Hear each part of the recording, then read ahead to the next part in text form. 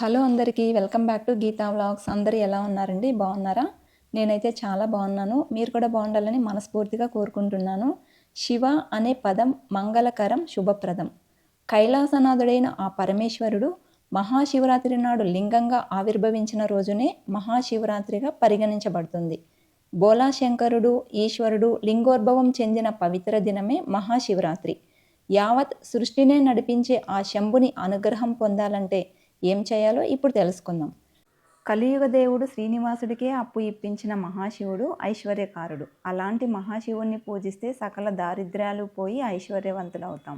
దారిద్ర్యం మరియు ఆర్థిక సమస్యలు పోవాలంటే ఈ రకంగా చేయండి. ముందుగా సోమవారం తలస్నానం చేయాలి.